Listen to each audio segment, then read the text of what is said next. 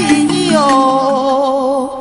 gbogbo ohun tó ń dọ́kọ́ ní wúrà ẹ wá gbọ́ ìsàlẹ̀ ọ̀rọ̀ mo ló lẹ́gbìn.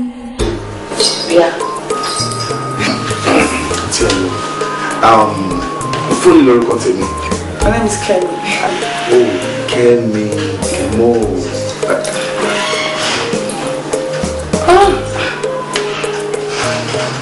Ọ̀gá kí ló tó dé? Wọ́n ṣáà lè introduce mi sọ̀rọ̀ ẹ̀ ṣé mo lè tún kí ni? Ẹ̀kọ́ kí nìyẹn kọ wa? Ó ṣáà ti kí. Mo lè pẹ́ tí bọ́ra yín lọ́wọ́ ti ń pọ̀ jù. Mo lè já mú mọ́ ẹ̀ náà. Tinúkẹ́, ojú Usha, roots. Má ti dà sí. O ò mọ́tò mi, ṣé bọ́kọ mi ni? Tinúkẹ́. Ṣé wọ́n náà ṣe Tinúkẹ́ bí ẹni pé mo ní 500 girlfriends, 50 girlfriends ni? O máa ń jowó gan-an kò dẹ̀ dáa. Wọ́n á parọ́ mọ́ mi. Ó parọ́ mọ́ mi náà. Ó ní girlfriend mi yìí. Sorry. Àfẹ́sọ́nà mi yẹn ló máa ṣe nìyẹn. Tinúkẹ́, ṣorí tí ọkọ èèyàn bá ń sọ̀rọ̀, èèyàn máa ń farabalẹ̀ gbọ́rọ̀ sí ọkọ ìlẹ́nu. Ṣé o ti gbọ́? Wo má dá sí. O ò mọ̀ wọ́ ètò mi má dá sí. Let's have a look. Ṣọlá rẹ̀ nìyí. Bóyá àwọn tí mo sọ̀rọ̀ ìkọ̀kọ̀, mo fẹ́ ká jọ máa lọ sí trip mi, one day travel. Last trip mi lọ bá mi dání lọ sí Spain. We do 2 things. She's a very nice girl. I know it's very. Who are highly intelligent. Very intelligent. I can see. Sure. No problem. Hello. In fact, ayé ìṣòro dá àríwá rí. No problem. So what is make up mind that same business, so she will not fetch you. There's no problem. So Why? What are friends for? I feel. Because what you have again, only soon go to power good 10 million from.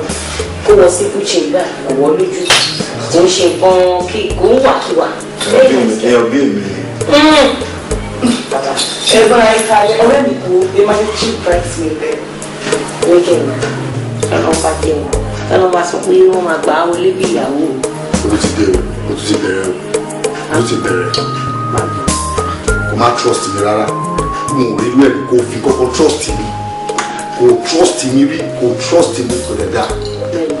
Èmi ṣáà ní pé mo trust ẹ mi ò trust ẹ mo mọ wàrà lé mi kì í ṣẹ̀ṣẹ̀ ẹ ṣáà try láti máa mú ìlú mi kẹ̀dẹ̀ máa ṣe tó bá ní NAFDAC nọ́mbà. Adúpẹ́ lọ́wọ́. Kí ló wà ní ìlànà jẹ? Ó sì ń kankan lé o bọ̀dé ń ti gbogbo ní food stuff nínú kitchen ọ̀rọ̀ wọlé kọ́ lọ sóúnjẹ. Ọ̀rẹ́ mi, anything you do. Anything is nothing. Kí ló fẹ́ jẹun? Ṣé wàá jẹ rice? Mama, you're in the kitchen. Ṣé ìtẹ̀lé náà? No. Okay. Hello. Kemo. Kemo. Ṣebí Kemo ní abbreviation.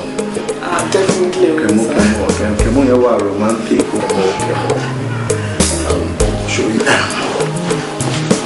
Show you. Inú mi dùn fún ọtí. Your friend mi sọ understand. Show you business to get from ṣe. Ó wà bẹ̀rẹ̀ ní pẹ̀tì. Ó wà nínú ìgboro fún pẹ̀tì. Nítorí wà rí establish. Sọ fún ẹni. Sọ fún mi. About 1.5 million mo fún náà lórí ìbẹ̀rẹ̀ trade. Understand? Ṣé mo ti bọ̀ tó? Mo fẹ́ sọ̀rọ̀ jù. Let me just have your number there. Get me there.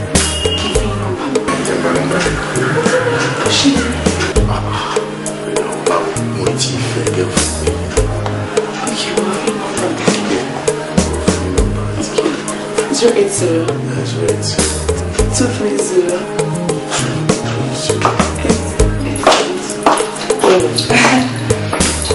Auntie Nicole.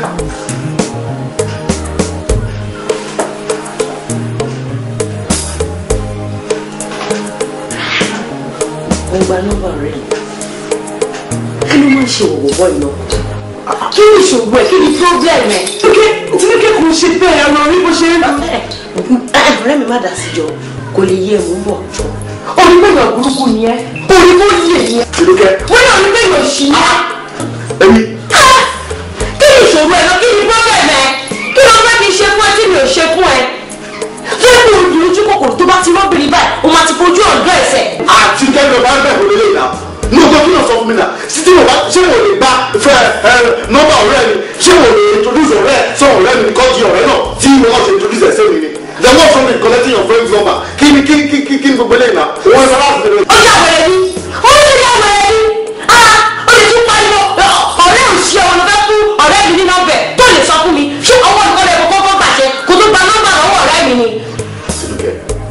nǹkan tí mo ṣe má kúrú ẹ̀ mọ́ mi mo everything lé ayé mo like irọ́ o jẹ́ mọ́ má kúrú ọmọ mi náà kí ló wá ìsinmi ètò ìsìn. èmi ń parọ́ mọ́ wọ̀ èmi ń parọ́ mọ́ ẹ̀.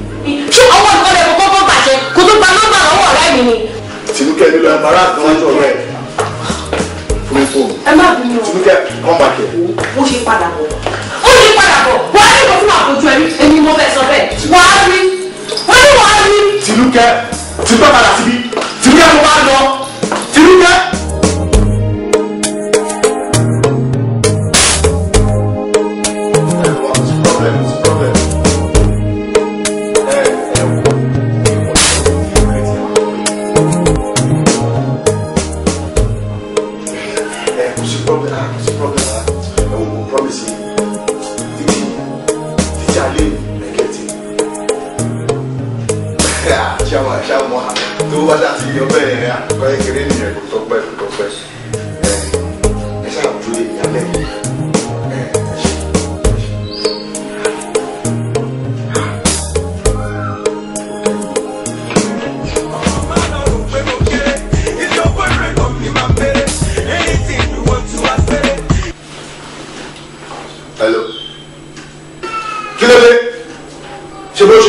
ṣèbọn ní pé o bá mi ṣe mọ́ ni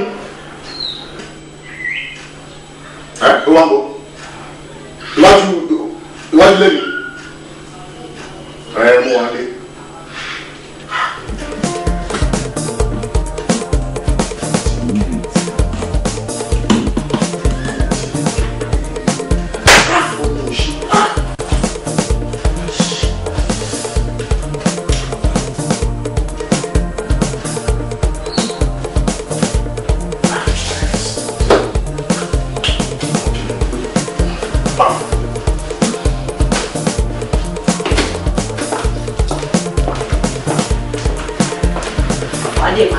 Mo bínú sí ẹ o, mo bínú sí ẹ gan o, ṣèwé ló ṣe wọn ni kí ló dé kí ló tún láti ní pẹ̀tẹ́ kí ló mí. ṣòro àlejò kálejò máa kájí borí. àti ẹ máa bìnrin ó ọ̀fẹ́ mi gan ni gbogbo ń gbọmọ ẹ fún ẹ nígbà ó wá ń kílẹ̀ kankan ó wá ń kúrọ́ mi nǹkan tí mo ṣe ó wá kàn kílẹ̀ everything lórí mi ni mo láìkẹ́ rárá. àwọn ọkọ yẹn náà ti tó ní kẹ máa bínú ìgbà tá a máa bẹ ti sọ̀rọ̀ ìgbà máa bínú ìjọ ṣé wọ́n lè ti bẹ̀ẹ́ tí ò lè gbọ́ ṣé wọ́n fẹ́ gbọ́ ṣé ó gba ẹni tó ń pa ọ̀rọ̀ lẹ́yìn sí. àti bá mi ò ṣe mọ́ tó bá ṣì níbi tí mo ṣe fẹ́ ṣe gbogbo ẹni wà ní mo lè gbé ìsanwó náà.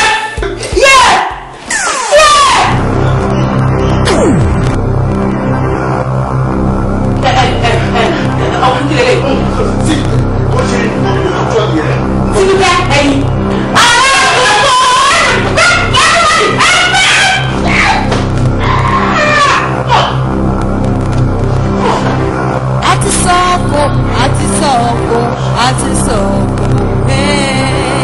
àti sọ̀kò sọ́jà ó ti bára ilé o.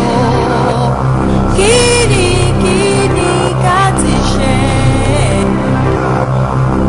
Òjò parapara ìyẹn ò mẹ́ni ọwọ́. Ọmọdé kì í níná nílé kìtì tá a máa jọ. Ọ̀rọ̀ rẹ o. Kíni ká ti ṣe? Májíà, bàbá, fún ìṣẹ̀lẹ̀, àwọn tó ti wọlé yé, ẹ wo, ẹ̀rọ mú oúnjẹ apá bí kírètì mẹ́fà ló ikú, ẹ̀jẹ̀ sáì wọ́n sí, kẹsà ìlọ́kọ́ ìdókòwò wa. Fúli, ní ikú òǹkú tó wà náà.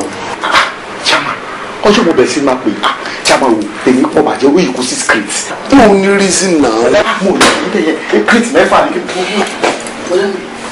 bọ̀ ọjọ́ tí mo ní kó bá mi fi ẹ̀ o ti rẹ́dì. Èkó gbígbóná ṣojú ètè. Chairman, ìgbà tó mọ̀ ìgbà tó mọ̀ kí ni mo ní ìgbésẹ̀ wà dání àwọn òṣìṣẹ́ mọ́ra yẹn rí mi. ṣé bí mo sọ fún yín kó fún mi lọ́rùn parí tó lọ sọ mí sínú kọ́. wọ́n á wo àlàáfíà àdéhùn ṣùgbọ́n gbà tí mo